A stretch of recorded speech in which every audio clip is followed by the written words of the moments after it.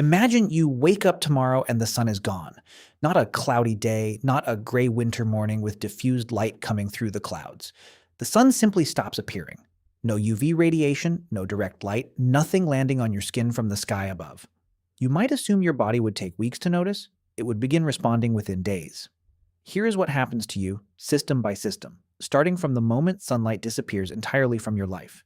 Day 1 to 3, and nothing feels wrong yet. Your body is running on reserves it accumulated during recent months of sun exposure. The vitamin D stored in your fat tissue from previous contact with sunlight can maintain circulating levels for several weeks, so in the first couple of days you feel no physical difference at all.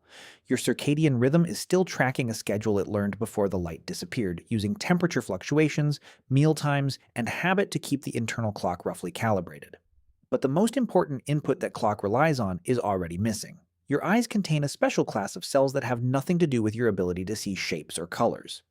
They are called intrinsically photosensitive retinal ganglion cells, and their only job is to detect bright blue spectrum light and send a signal to a cluster of about 20,000 neurons in your hypothalamus called the suprachiasmatic nucleus. That cluster is your body's master clock. Without the light signal, the clock starts to drift. Day 3 to 7, and you start going to bed later. Not dramatically, just 30 to 40 minutes later each night. By day 7, you have shifted your natural sleep schedule by 3 or 4 hours without consciously deciding to. This is not insomnia, and it is not anxiety.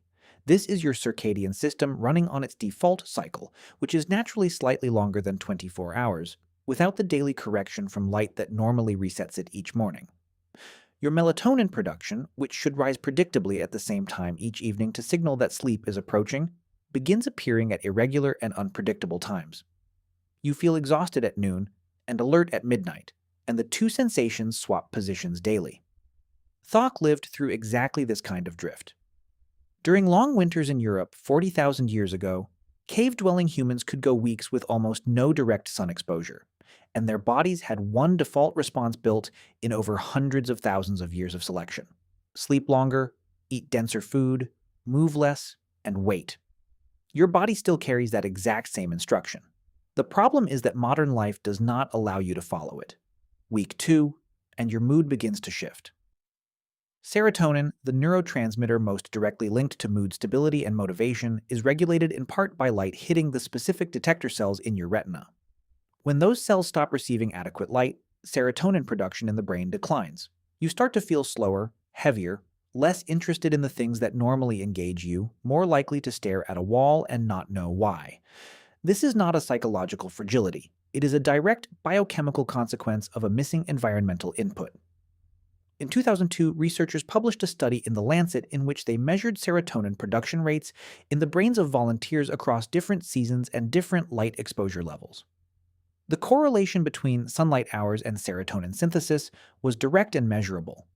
Seasonal affective disorder, the clinical condition that affects approximately 5 to 10% of adults in northern countries, is this same pathway running at full deficiency across an entire winter. The treatment, sitting in front of a lamp that replicates broad-spectrum outdoor light for 30 minutes each morning, works precisely because the actual biochemistry is identical. The light does not need to come from the sun, it just needs to hit those specific retinal cells at sufficient intensity. Week 3 to 4 and your vitamin D reserves begin running low. This is where the effects start compounding. Vitamin D sounds like a simple supplement you can buy at a pharmacy, but it behaves in your body less like a vitamin and more like a hormone that regulates dozens of separate processes simultaneously. When UVB radiation from the sun lands on your skin, it converts a molecule called 7-dehydrocholesterol into a precursor form that your liver then processes into the active compound your body uses. The system is precise, and it has been operating in human biology for hundreds of thousands of years. Without UV exposure, it shuts off entirely. After 4 weeks without sunlight and without dietary sources, your measurable vitamin D levels drop into the clinically deficient range in most adults. The consequences accumulate quietly. Vitamin D regulates how much calcium your intestines absorb, meaning your bones are progressively receiving less of the mineral they depend on to maintain density. It also modulates the behavior of T cells and macrophages in your immune system, reducing the speed and effectiveness with which those cells identify and respond to pathogens. You are not noticeably ill.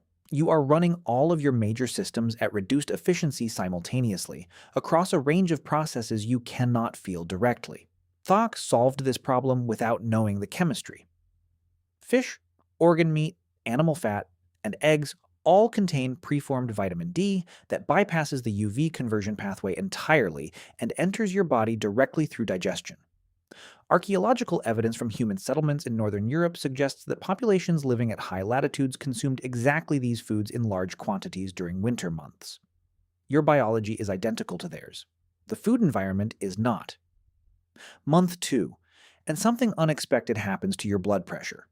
When UV light contacts your skin, it triggers the release of nitric oxide from a reservoir stored in the tissue just below the surface. Nitric oxide relaxes the walls of blood vessels, directly reducing the resistance your heart works against with every beat.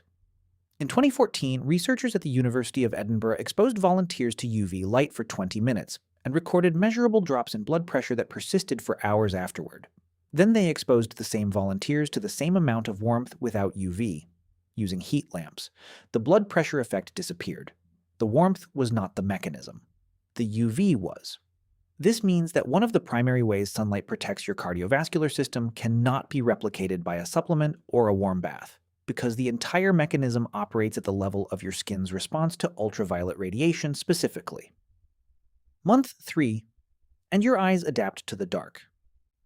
Pupils that are rarely contracted by bright light settle into a habitually dilated state. Your visual sensitivity to sudden brightness increases significantly. People who emerge from extended periods of low light, whether cavers, Antarctic researchers during polar winter, or patients in historical medical facilities with no windows, consistently describe the same experience when they return to outdoor daylight for the first time. The light feels aggressive, like something striking the inside of your skull. It takes approximately 2 weeks of regular daylight exposure to reverse the adaptation. The final picture is not dramatic, and that is precisely what makes it worth understanding. Your bones do not break. Your immune system does not collapse. Your mood does not fall apart. Instead, across 6 or 8 separate biological systems, things drift slightly in the wrong direction simultaneously, over months and years, in ways that are individually subtle and collectively significant.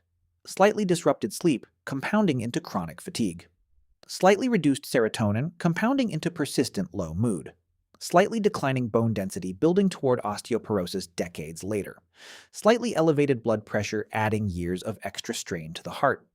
The minimum required to maintain the systems described in this video is not complicated. 15 to 20 minutes of direct sun on exposed skin, 3 to 4 times per week, at or near midday, is sufficient to maintain adequate vitamin D synthesis for most people in most latitudes. That is not a wellness recommendation. It is a biological maintenance requirement that 100,000 years of living outdoors built into your body, and that modern indoor life has made surprisingly easy to ignore. Thok did not have a roof over his head for months at a time. He did not have artificial lighting that made the absence of daylight irrelevant. When the sun appeared after a long, dark stretch, he went outside immediately, because his body was signaling clearly that this was not optional. Your body is sending the same signal. The difference is that the design of modern life has made it very easy not to hear it.